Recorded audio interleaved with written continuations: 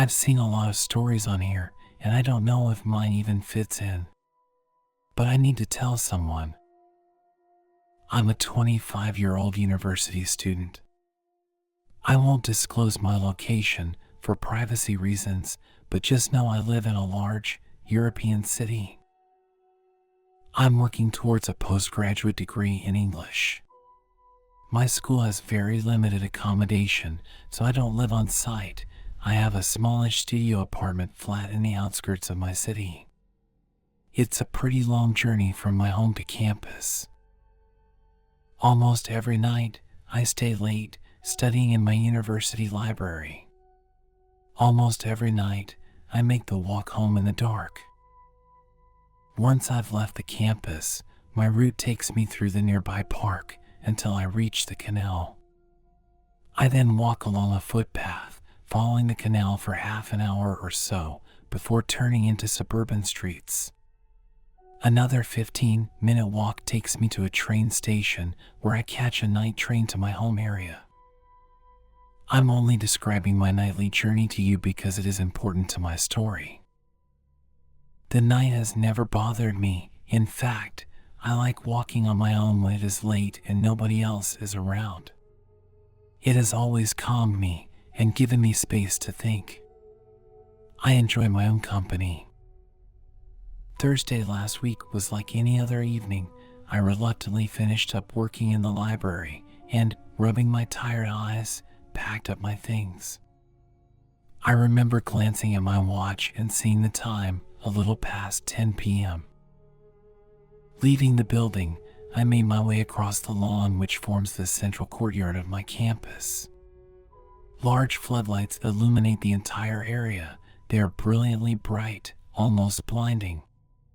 Reaching the main gates of the university, I turned, following a small road enclosed with trees. The university is situated next to a park. At this time of year, it is a lovely stretch of green during the day. However, it would be almost untraversable at night if not for the streetlights which line the paths. That is how dark it grows here past twilight. On either side of me, as I walked, there was simply a thick wall of blackness, with only the path ahead of me lit up. Every time I walk through the park, I always have the same uncomfortable thought. I always wonder about how someone could be standing only a few meters away from me in the shrubbery, and I would have no idea. My own hand begins to disappear when I stretch it out past the border where the path meets the grass. It makes me shiver a little every time. Imagine my invisible stalker, shrouded by the night. Reaching the south fence of the park, I turn onto the canal. A small road follows along its length. The water is a murky green, with scum and algae coating the surface. The moon casts a shimmering, ghostly reflection onto the dark depths of the waterway. So there I found myself, last Thursday night, walking along next to the canal. Stupidly, I had forgotten to charge my phone before I left the library, wanting to conserve the already low battery. I was not listening to music as I usually would. I listened to the sounds of the night as I walked. To my one side, the water; to my other, thick, densely packed trees, branches so closely ensnared that they created a natural fence. Somewhere, an owl hooted. As I said before, the walk along the canal is about half an hour, give or take. I had been walking for roughly half that when I noticed it in front of me. Way down, far away along the footpath, almost out of my range of vision, was a black shape. At first, I was more curious than anything. The shape was squat and low and sticking out at irregular angles. I drew closer, squinting to make it out in the darkness, until I was close enough to see. It was a man. He was sitting cross-legged, directly, almost perfectly, in the center of the path. A feeling of unease immediately washed over me. Probably, he was a homeless person. There are a lot in my city. But why was he sat like that, out in the open, almost calmly? I should say now that I am a big guy, and I have never shied away from confrontation if it is needed. While this man was making me a little on edge, I still felt pretty confident in my safety. If anything, I assumed him to be completely off his head from drugs or alcohol, causing him to pass out like this in the street. I was soon close enough to clearly see him. A chill washed over me, and my earlier relative calmness was replaced by anxiety. The man was dressed from head to toe in business attire. His trousers were charcoal gray, pressed and smooth. His shirt was a pure cream color, expensive looking, and his black suit jacket appeared crisp, as if recently ironed. His tie was neat, not too long, not too short, a simple knot. Even his shoes were freshly polished, reflecting the full moon above. On his wrist was a gold watch. It looked like a Rolex. His build was hard to make out from his cross-legged seated position, but he looked skinny. His skin was pale, standing out the darkness. His hair was jet black and had been slicked back sharply backwards across his head and down his neck. There was far too much gel in his hair. It clogged his scalp like glue, glistening in the moonlight. All of this caught my attention and set me aback, but it is not what made me afraid. I was afraid because of how he looked at me. He was smiling. Not a gigantic, manic, horror villain grin. His smile was small and subtle, like he was trying to keep from laughing. It was predatory. In the slight gap between his lips, his teeth winked at me. His eyes were locked with mine. His gaze was impossible to break away from, and I trembled under it. He had hungry eyes, cold and cunning. He stared at me like a crocodile stares at its next meal. As I drew up on him, I slowed down, my mind racing. Should I stop? Say something? Ignore him? I went with the last option. Trying to avoid looking at the strange, eerie figure, I made a beeline for the path beyond him, breathing fast. Even as I moved past him, I felt those reptilian eyes track me, never blinking.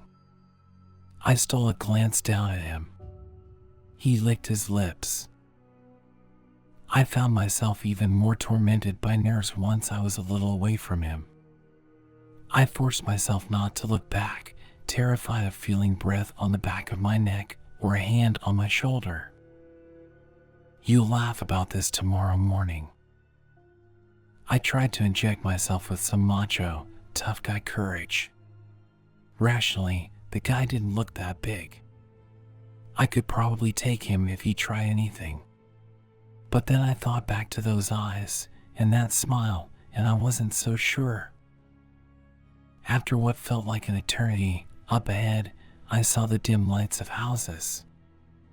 I would be at the train station in no time, and then I could forget all about the sinister, suited man. Feeling relief wash over me at the prospect of safety, I turned back, hoping to see the man gone. I gasped in horror. He was standing now, revealing his true, imposing height, 6'5" at least. His mouth was agape, jaw hanging slack and loose, chin almost against his neck. His gullet formed a black O, as dark as the icy waters of the canal beside us or the starless sky above. As I stood, rooted to the spot, a strange noise came up out of his throat, echoing through the night. A low groan, guttural and croaking, like a floorboard creaking or nails on a blackboard. It was shockingly loud, sounding as if he was tearing his larynx apart just to produce such an unnatural moan. I stumbled backwards, tripping and slipping on the muddy ground. With alarming speed, the man crouched onto all fours, bony limbs jutting out from his thin torso like some kind of grotesque insect. He began to scuttle towards me like a spider, galloping on his hands and feet with animalistic momentum. Forcing my legs to work, I turned and ran, sprinting off the footpath and down a suburban street away from the canal. Terraced houses flashed past me on either side, windows mostly dark. Looking back, I should have called for help. I should have stopped and knocked on one of the doors and screamed for sanctuary. But in the moment, all I could think about was the thing behind me.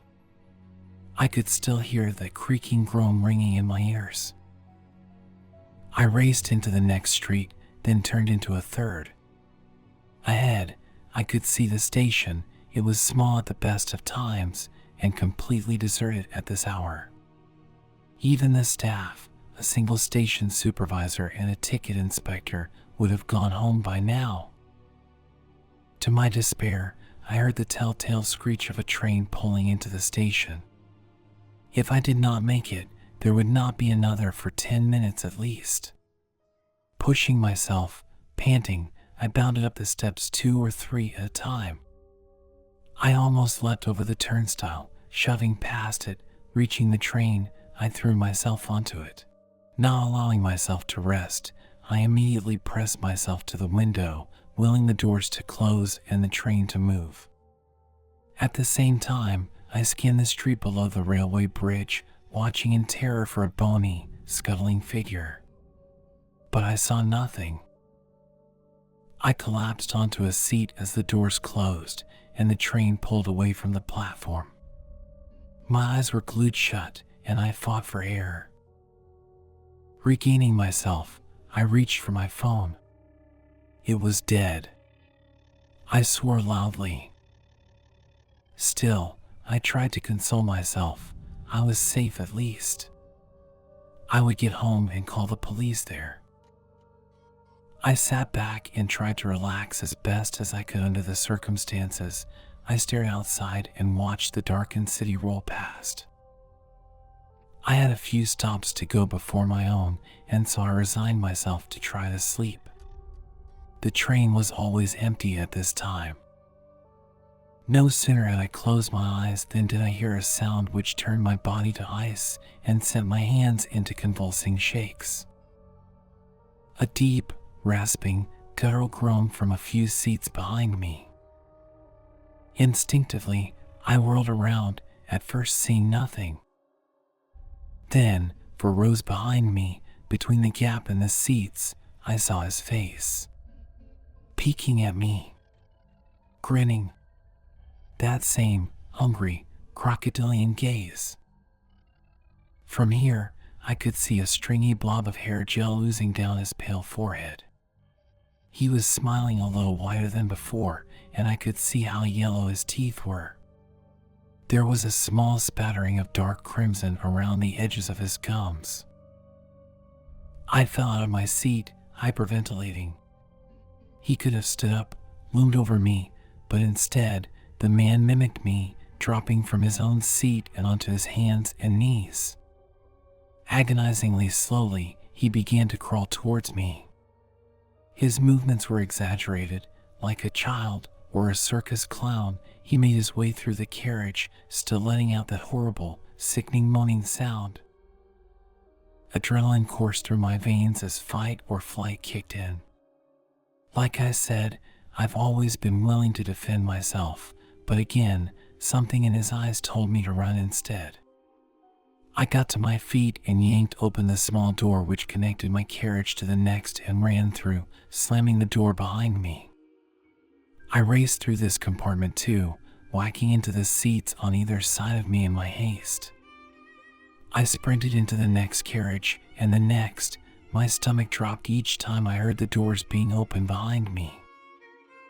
Suddenly, I was thrown off my feet as the train rolled to a halt. I slid along the floor, slamming into the wall just as the train doors opened. Spotting my last chance at escape, I leapt for the open doors, rolling onto the platform outside and smacking my head on the concrete.